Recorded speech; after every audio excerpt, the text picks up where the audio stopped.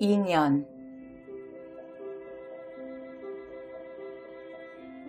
지난 4월 춘천에 가려고 하다가 못 가고 말았다. 나는 성심여자대학에 가보고 싶었다. 그 학교에 어느 가을 학기 매주 한 번씩 출강한 일이 있다. 힘드는 출강을 한 학기 하게 된 것은 주수녀님과 김수녀님이 내 집에 오신 것에 대한 예의도 있었지만 나에게는 사연이 있었다. 수십 년 전 내가 17 되던 봄, 나는 처음 동경에 간 일이 있다. 어떤 분의 소개로 사회교육가 미우라 선생 댁에 유숙을 하게 되었다. 시박구 시로가네에 있는 그 집에는 주인 내외와 어린 딸 세 식구가 살고 있었다. 하녀도 서생도 없었다. 눈이 예쁘고 웃는 얼굴을 하는 아사코는 처음부터 나를 오빠같이 따랐다. 아침에 낳았다고 아사코라는 이름을 지어주었다고 하였다. 그 집 뜰에는 큰 나무들이 있었고 1년 초 꽃도 많았다. 내가 간 이튿날 아침, 아사코는 스위트피를 따다가 꽃병에 담아 내가 쓰게 된 책상 위에 놓아주었다. 스위트피는 아사코같이 어리고 귀여운 꽃이라고 생각하였다. 성심여학원 소학교 1학년인 아사코는 어느 토요일 오후 나와 같이 저희 학교까지 산보를 갔었다. 유치원부터 학부까지 있는 가톨릭 교육기관으로 유명한 이 여학원은 시내에 있으면서 큰 목장까지 가지고 있었다. 아사코는 자기 신발장을 열고 교실에서 신는 하얀 운동화를 보여주었다. 내가 동경을 떠나던 날 아침, 아사코는 내 목을 안고 내 뺨에 입을 맞추고 제가 쓰던 작은 손수건과 제가 아끼던 작은 반지를 이별의 선물로 주었다. 옆에서 보고 있던 선생 부인은 웃으면서 한 10년 지나면 좋은 상대가 될 거예요 하였다. 나는 얼굴이 더워지는 것을 느꼈다. 나는 아사코에게 안델센의 동화책을 주었다. 그 후 10년이 지나고 3, 4년이 더 지났다. 그동안 나는 국민학교 1학년 같은 예쁜 여자아이를 보면 아사코 생각을 하였다. 내가 두 번째 동경에 갔던 것도 4월이었다. 동경역 가까운 데 여관을 정하고 즉시 미우라 댁을 찾아갔다. 아사코는 어느덧 청순하고 세련돼 보이는 영양이 되어 있었다. 그 집 마당에 피어있는 목련꽃과도 같이. 그때 그는 성심여학원 영문과 3학년이었다. 나는 좀 서먹서먹했으나 아사코는 나와의 재회를 기뻐하는 것 같았다. 아버지, 어머니가 가끔 내 말을 해서 나의 존재를 기억하고 있었나 보다. 그날도 토요일이었다. 저녁 먹기 전에 같이 산책을 나갔다. 그리고 계획하지 않은 발걸음은 성심여학원 쪽으로 옮겨져 갔다. 캠퍼스를 두루 거닐다가 돌아올 무렵 나는 아사코 신발장은 어디 있느냐고 물어보았다. 그는 무슨 말인가 하고 나를 쳐다보다가 교실에는 구두를 벗지 않고 그냥 들어간다고 하였다. 그리고는 갑자기 뛰어가서 그날 잊어버리고 교실에 두고 온 우산을 가지고 왔다.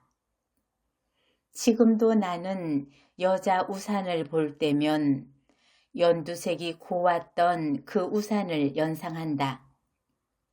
쉘브르의 우산이라는 영화를 내가 그렇게 좋아한 것도 아사코의 우산 때문인가 한다.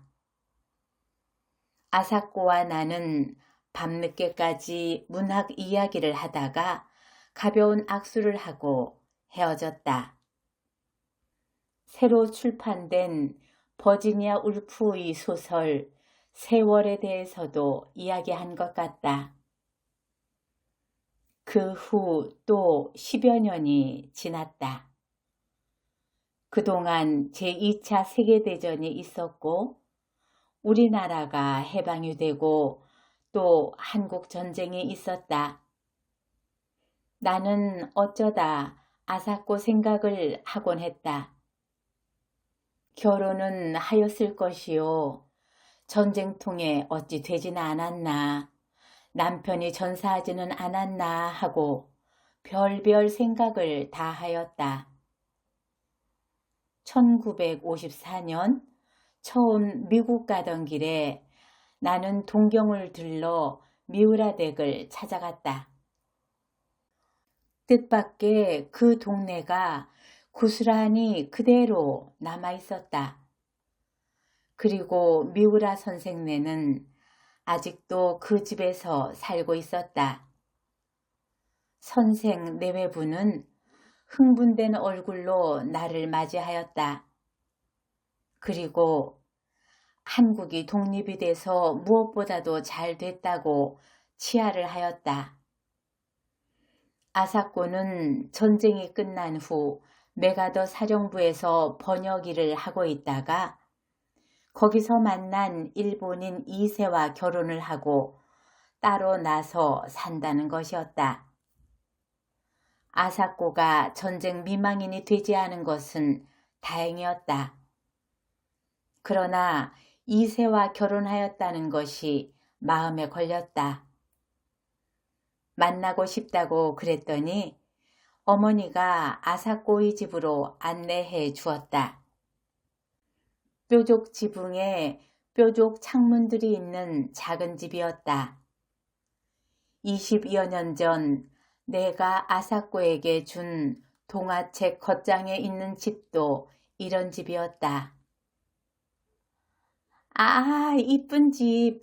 우리 이담에 이런 집에서 같이 살아요. 아사코의 어린 목소리가 지금도 들린다. 10년쯤 미리 전쟁이 나고 그만큼 일찍 한국이 독립되었더라면 아사코의 말대로 우리는 같은 집에서 살 수 있게 되었을지도 모른다.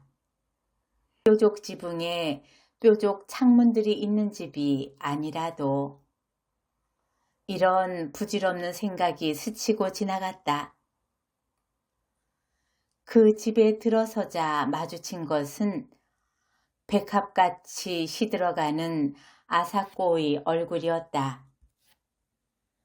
세월이란 소설 이야기를 한 지 10년이 더 지났었다. 그러나 그는 아직 싱싱하여야 할 젊은 나이다. 남편은 내가 상상한 것과 같이 일본 사람도 아니고 미국 사람도 아닌, 그리고 진주군 장교라는 것을 뽐내는 것 같은 사나이였다. 아사코와 나는 절을 몇 번씩 하고 악수도 없이 헤어졌다. 그리워하는데도 한 번 만나고는 못 만나게 되기도 하고 일생을 못 잊으면서도 아니 만나고 살기도 한다. 아사코와 나는 3번 만났다.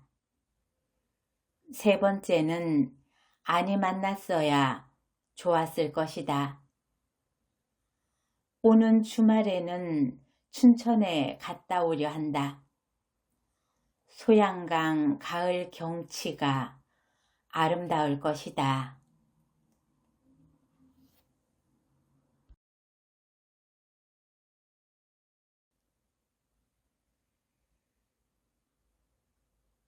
은전 한입. 예전 상해에서 본 일이다. 늙은 거지 하나가 전장에 가서 떨리는 손으로 1원짜리 은전 한 잎을 내놓으면서 황송하지만 이 돈이 못 쓰는 것이나 아닌지 좀 보아주십시오 하고 그는 마치 선고를 기다리는 죄인과 같이 전장 사람의 입을 쳐다본다. 전장 주인은 거지를 물끄러미 내려다보다가 돈을 두들겨 보고 하오, 줬소 하고 내어준다. 그는 하오라는 말에 기쁜 얼굴로 돈을 받아서 가슴 깊이 집어넣고 절을 몇 번이나 하며 간다. 그는 뒤를 자꾸 돌아보며 얼마를 가더니 또 다른 전장을 찾아 들어갔다. 품속에 손을 넣고 한참 꾸물거리다가 그 은전을 내어놓으며 이것이 정말 은으로 만든 돈이오이까? 하고 묻는다. 전장 주인도 호기심 있는 눈으로 바라다 보더니 이 돈을 어디서 훔쳤어? 거지는 떨리는 목소리로 아닙니다. 아니에요. 그러면 길바닥에서 주웠다는 말이냐? 누가 그렇게 큰 돈을 빠뜨립니까? 떨어지면 소리는 안 나요. 어서 돌을 주십시오. 거지는 손을 내밀었다. 전장 사람은 웃으면서 하오 하고 던져주었다. 그는 얼른 집어서 가슴에 품고 황망이 달아난다. 뒤를 흘끔흘끔 돌아다보며 얼마를 허덕이며 달아나더니 벼랑간 우뚝 선다. 서서 그 은전이 빠지지나 않았나 만져보는 것이다. 거친 손가락이 누더기 위로 그 돈을 쥘 때 그는 다시 웃는다. 그리고 또 얼마를 걸어가다가 어떤 골목 으슥한 곳으로 찾아 들어가더니 벽돌담 밑에 쪼그리고 앉아서 돈을 손바닥에 놓고 들여다보고 있었다. 그가 어떻게 열중해 있었는지 내가 가까이 선 줄도 모르는 모양이었다. 누가 그렇게 많이 도와줍디까? 하고 나는 물었다.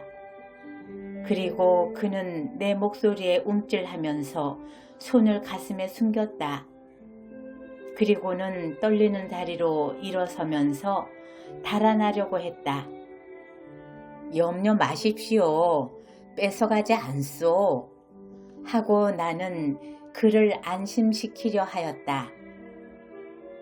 한참 머뭇거리다가 그는 나를 쳐다보고 이야기를 하였다. 이곳은 훔친 곳이 아닙니다. 길에서 얻은 것도 아닙니다. 누가 저 같은 놈에게 이런 짜리를 줍니까? 각전 한 잎을 받아본 적이 없습니다.